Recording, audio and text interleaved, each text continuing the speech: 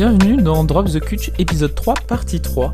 Je suis toujours avec Clarisse, Chloé et Nicolas qui nous ont partagé leur expérience de chercheurs en architecture. On va changer un petit peu de sujet. Chloé a un petit peu évoqué le sujet en première partie, mais à l'issue de votre thèse, il me semble qu'aucun d'entre vous n'a l'intention d'aller travailler en agence. Chloé, par exemple, tu as évoqué le fait de devenir enseignante-chercheuse. Ouais, moi ce serait, ouais, c'est ça, enseignement et recherche, mais dans le cadre de la recherche, j'ai déjà collaboré sur des projets de recherche-action où il y avait des architectes, des ingénieurs et du coup moi j'étais le pilier sciences sociales, ça s'appelait. Et donc du coup en fait moi j'ai fait beaucoup des entretiens et des retours d'expérience au reste de l'équipe. Et donc, du coup, mon travail de recherche en sciences sociales, donc pas du tout sur les Inuits, complètement un autre sujet, mais c'était en Alsace, permettait d'alimenter l'équipe d'archi et qui collaborait aussi avec les ingés, mais sur d'autres sujets. Et en fait, du coup, d'avoir vraiment cette double casquette anthropo et archi, ça fait que la collaboration fonctionnait vraiment bien.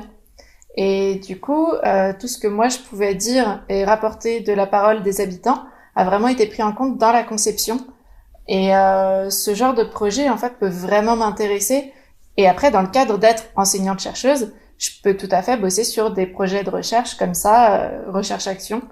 Voilà. Et donc là, c'était sur du logement, du HLM. Donc, nos plans seront pas directement construits, mais il y a eu une influence sur comment le bâtiment sur lequel on bossait, qui était bâtiment patrimonial, finalement ne sera pas détruit, etc. Voilà. Donc en fait, mine de rien, je peux quand même bosser avec des architectes, ça m'intéresse beaucoup, et avoir un vrai impact sur la vraie vie des vrais gens. Et toi, Clarisse, du coup ? Bah moi, c'est vrai que l'enseignement, ça m'intéresse beaucoup aussi, mais c'est plus compliqué pour moi parce que je commence tout juste à donner des cours. Comme je suis pas financée par un contrat doctoral, j'ai pas de mission d'enseignement. Et trouver des vacations quand on n'a pas de mission d'enseignement obligatoire, c'est un peu la guerre. Donc je viens tout juste de commencer. En vrai, l'enseignement, ça me plaît beaucoup et j'aimerais bien, pour la petite expérience que j'ai eue, j'aimerais bien pouvoir continuer. Après,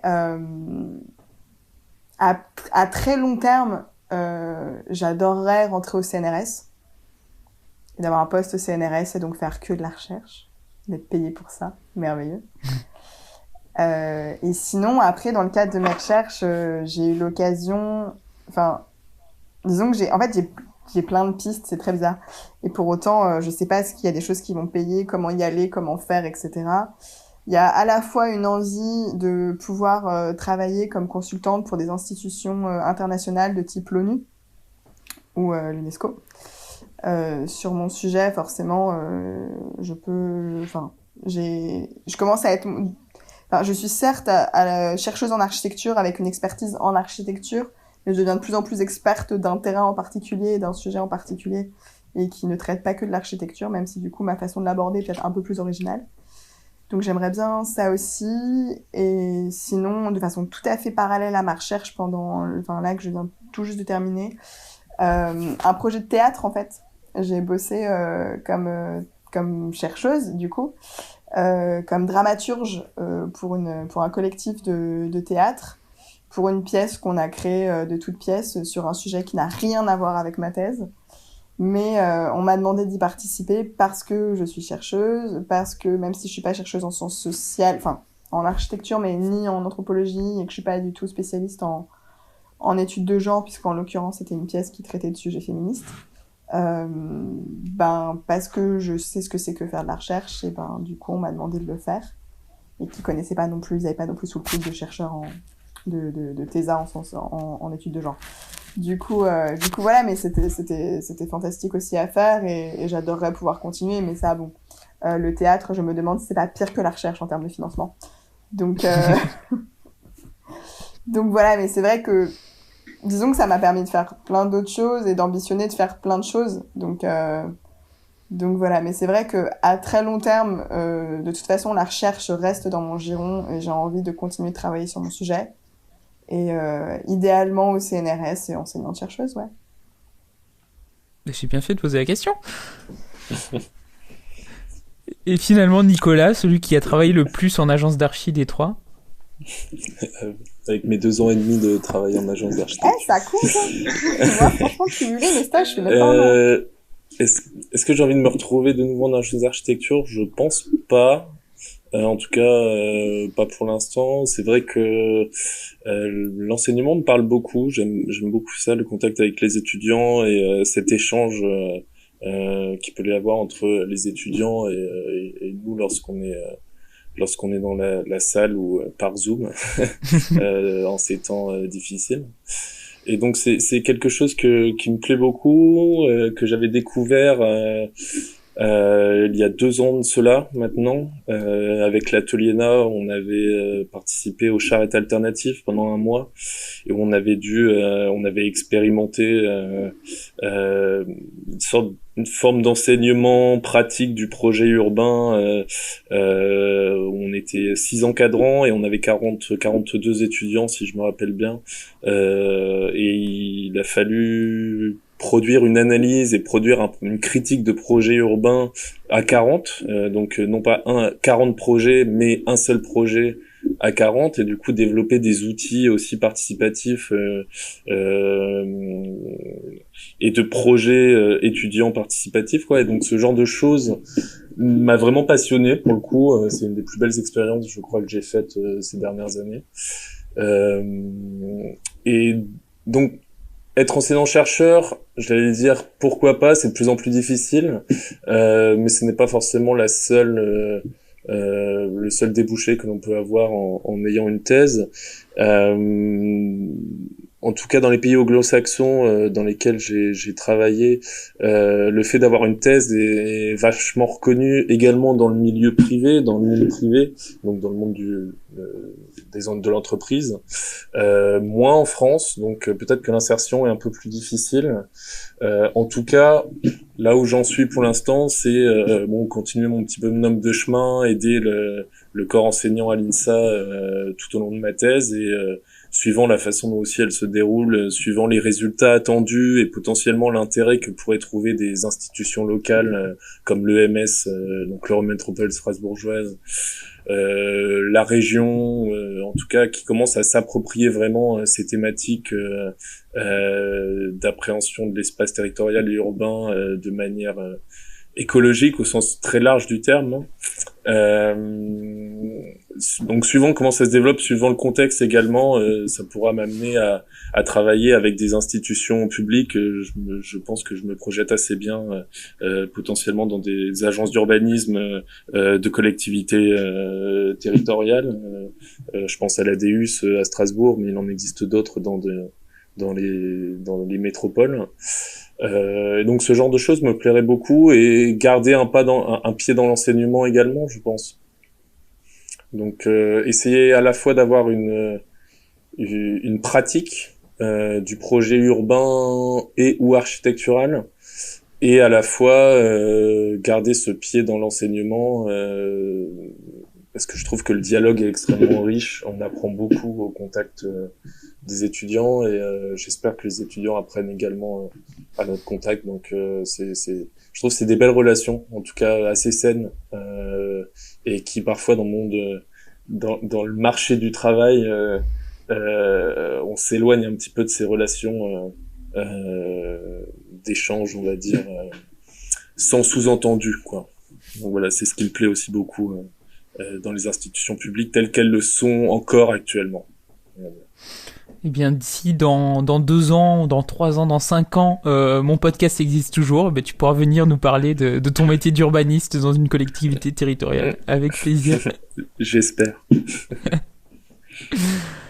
Et avant de conclure, parce que ça fait déjà presque 1h30, 1h30 qu'on est ensemble, si vous... Attention, question un peu perchée. Si vous rencontriez, vous, à 20 ans, pendant vos études d'archi, qui a fait ses premiers stages, qui doute un petit peu de sa place en architecture dans ses études. Avec le recul, qu'est-ce que vous diriez à cette personne pour la faire tenir et qu'est-ce qu'il y a de beau à saisir dans ses études d'architecture? Énormément de choses. Je peux commencer si ça vous va. Pour venir d'une formation quand même très scientifique à la fois au lycée, bac S, très scolaire, maths sup. En fait, la plongée dans le monde de l'architecture a été extrêmement déroutante en première année, difficile. Mais également à partir de la deuxième année d'architecture, en fait, où il y a une sorte de déclic qui s'est produit. Et c'est vraiment, j'allais dire, la question politique qui m'a passionné, un peu comme tu expliquais, Clarisse, tout à l'heure. Et la relation sociale, en fait, que c'est quelque chose que j'avais pas du tout envisagé en rentrant à l'INSA, département architecture, et en fait qui est extrêmement passionnante parce qu'elle ouvre à des perspectives, à de très grandes perspectives en fait, et à une construction collective de l'espace urbain ou rural, enfin de l'espace aménagé de manière générale.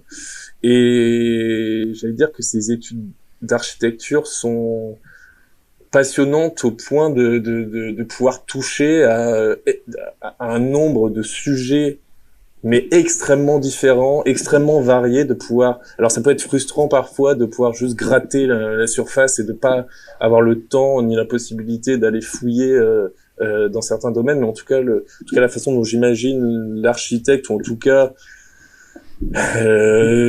nos études d'architecture, ou les différents métiers couvrent les études d'architecture, c'est de pouvoir être dans une sorte de jonction de différents champs et domaines pratiques et théoriques, et alors que ce soit la construction, la technique, le social, les arts, l'écologie, enfin il y a vraiment énormément de choses qui peuvent être un angle d'attaque du projet urbain ou architectural, et je trouve ça absolument passionnant. Et c'est vrai que si on est en difficulté comme moi j'ai pu l'être au début, j'allais dire, ce qui m'a un peu sauvé entre guillemets, c'est le fait de se plonger. En fait, j'ai trouvé vraiment un sujet qui m'a passionné, qui était de près ou de loin en fait relié à l'architecture, mais on trouve toujours un moyen de le relier à l'architecture. Et j'allais dire de pas hésiter à se plonger là-dedans, et en sélectionnant également, en n'hésitant pas à sélectionner les choses qu'on a envie de travailler, les choses qu'on a pas envie de travailler tout simplement. Et c'est quelque chose que je serais un petit peu moins scolaire si j'étais moi il y a 10 ans, quoi. Et de s'accrocher à quelque chose qui nous parle et d'essayer d'aller le plus loin possible là-dedans, et je pense qu'on s'en sortira toujours de ce point de vue-là. C'est une réponse absolument parfaite. Je te remercie. Pour ma part, si je me voyais moi pendant mes études d'archi, la première chose que je dirais, c'est t'inquiète, ça va bien se passer. Parce que pour le coup, j'étais très perdue. Et parce que ce que j'ai dit au début, à la fois sur le fait que je voyais bien que les stages en agence, c'était pas ça qui me motivait. J'ai parlé d'une année de redoublement aussi, parce que j'ai une année qui a été particulièrement difficile et où j'étais particulièrement perdue, déstabilisée, etc. Et en fait, je pense que voilà, si je me voyais maintenant, quand j'étais étudiante, je me dirais fais-toi confiance sur les choix que tu fais, parce que j'avais l'impression à la fois qu'il y avait ce qui était attendu de moi et ce que j'avais envie de faire, et que je devais en général arbitrer entre les deux. Par exemple dans le choix des stages, dans le choix voilà. Et en fait, mon année de redoublement, ça a été beaucoup l'occasion de faire ce que j'avais envie de faire. Et c'est une année où j'ai passé plusieurs mois au Tibet, en Inde. J'ai fait donc les stages. Tout à l'heure, je vous parlais d'échelle inconnue. J'ai fait plein de choses qui m'ont ouvert à plein de choses que j'adorais en fait. Et c'est ça qui m'a aussi lancée dans l'anthropo après. Et pareil, sur par exemple le choix du PFE, j'hésitais entre celui qui paraît bien scolaire, bien là, et celui que j'avais envie de faire. Et que finalement, il y a ce qui était attendu de moi de l'INSA. Sur le moment, je comprenais pas forcément. Mais maintenant après avoir passé mon diplôme, en fait, j'ai beaucoup mieux compris que des choses qui pouvaient me paraître absurdes avaient quand même un sens. Et en fait, au-delà aussi d'apprendre la conception architecturale, etc., j'ai appris à mener un projet. J'ai appris face à n'importe quelle situation, essayer, savoir m'adapter, trouver des solutions, mener n'importe quel projet, et faire face à toute situation improbable. Et je trouve que ça, c'est vraiment quelque chose qu'on apprend à l'INSA. Probablement dans les autres écoles d'archi, mais que j'ai pas du tout retrouvé, par exemple, dans mes études d'anthropologie. J'ai appris aussi, à l'INSA, on nous pousse à partir à l'étranger, on nous pousse à parler des langues étrangères, on nous pousse et en fait, tout ça, ça a vraiment été une force, ou s'exprimer devant d'autres personnes. Pareil, ça, maintenant, je peux faire une présentation, un colloque, quoi que ce soit. J'ai appris à le faire à l'INSA, présenter mes idées de manière claire, devant d'autres personnes. Et du coup, en fait, il y a énormément de choses qu'on apprend où, même si derrière on va pas bosser en agence, elles sont hyper utiles. Et quand on sort de cette formation, on est des couteaux suisses, quoi. Vraiment. Enfin voilà, c'était des très très belles études et qui ont été aussi très dures pour moi, mais très. Enfin voilà, c'était très mitigé. J'en suis sortie en me disant, je suis sortie, maintenant quoi? Et en fait, là, la thèse, ça m'a amené aussi à faire des trucs, mais complètement fous. Je pensais pas qu'un jour dans ma vie, j'irais accompagner des chasseurs inuits à la chasse aux phoques et qu'ensuite, on découperait le phoque sur la plage avec les enfants de l'école d'à côté. J'ai fait... bon, là, il y a eu le confinement, mais sinon, je devais aller présenter mes travaux en Russie auprès de tous les chercheurs en sciences sociales qui travaillent sur l'Arctique, russe, groenlandais, etc.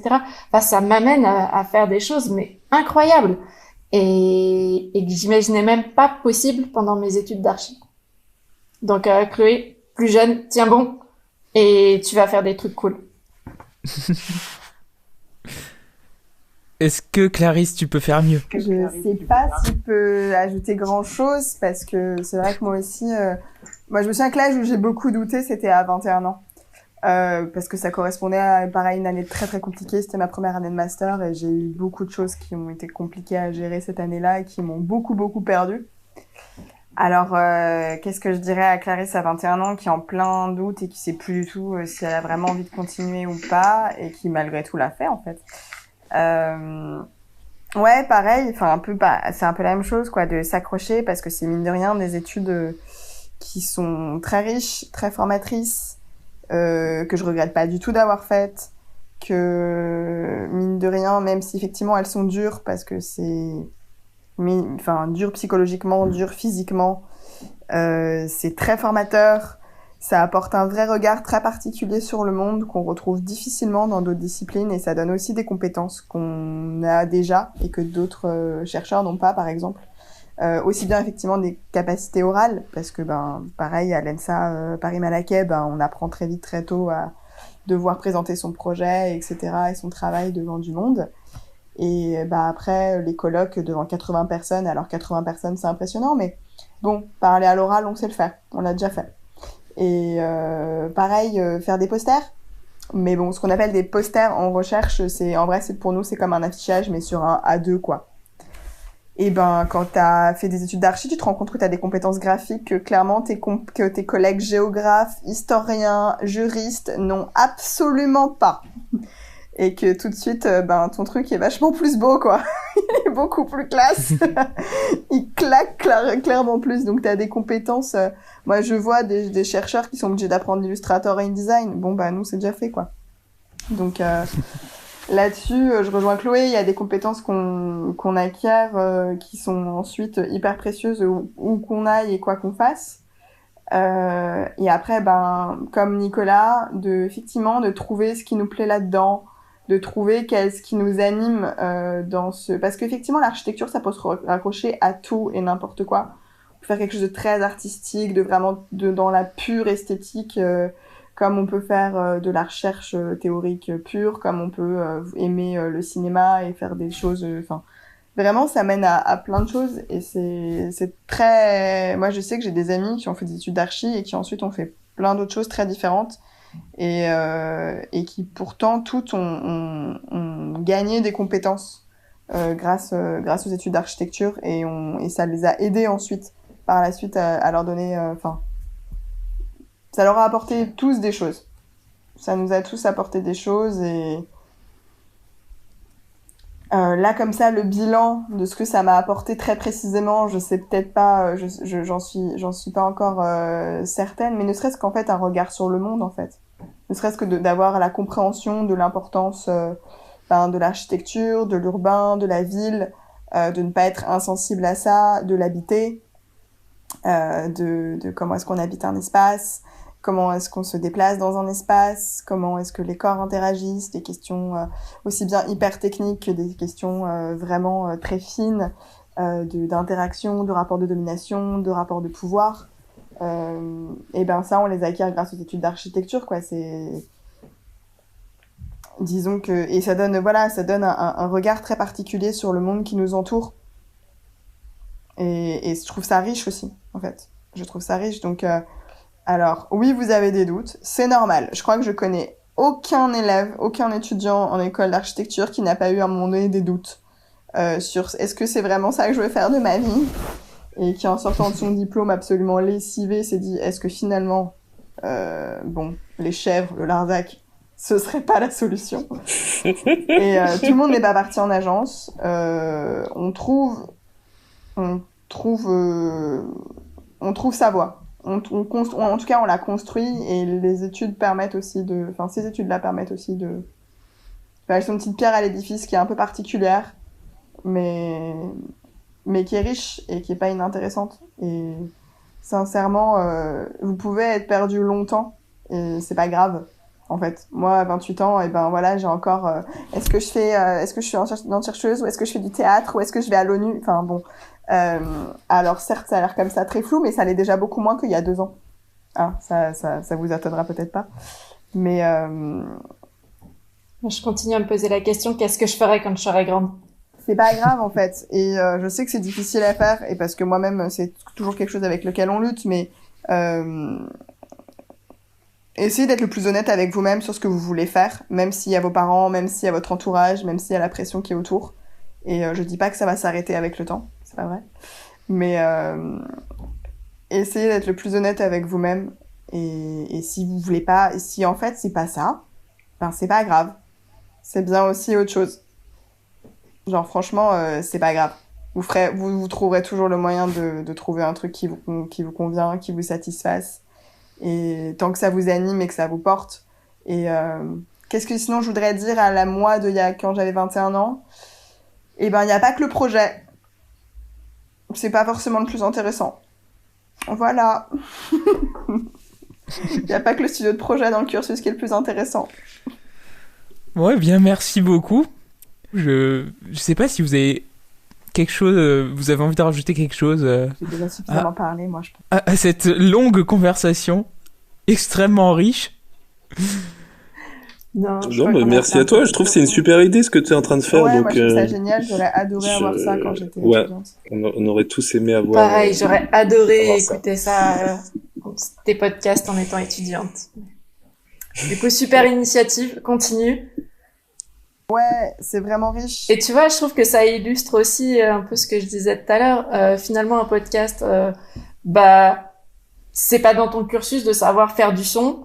De savoir poser des questions, tu te poses pas la question et tu le fais, et tu vas apprendre comment on fait du son, comment on enregistre, et tu fais. Et tu vois, c'est ça que je trouve génial dans les étudiants en archi. Oui. Donc, belle initiative, et j'espère que tu vas continuer longtemps. Eh bien, merci beaucoup. C'est une grande beaucoup. force que de savoir sortir des sentiers battus, et les études y poussent particulièrement, en tout cas. Donc, pour ma part, dans mon école, ça a été beaucoup le cas de nous sortir des sentiers battus. Genre, faites des trucs. Allez traverser le périph'. Oui. À pied. Ok. D'accord. Ça ne m'étonne même pas. Mais,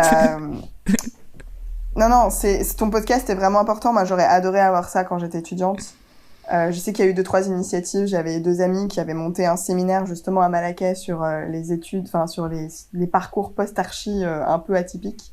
Et voilà, c'est un truc qui est pas enregistré, qu'on ne retrouve pas nulle part. Et pareil, j'avais une prof en première année qui me disait il y a des métiers de l'architecture. Il n'y a pas juste architecte. Il y a plein de choses à faire. Bon, merci beaucoup d'avoir accepté, d'avoir partagé vos savants témoignages. Et on se voit dans 10 ans pour savoir où vous en êtes. Rendez-vous pris. Quand tu seras sur France Culture. Ah oui, tellement.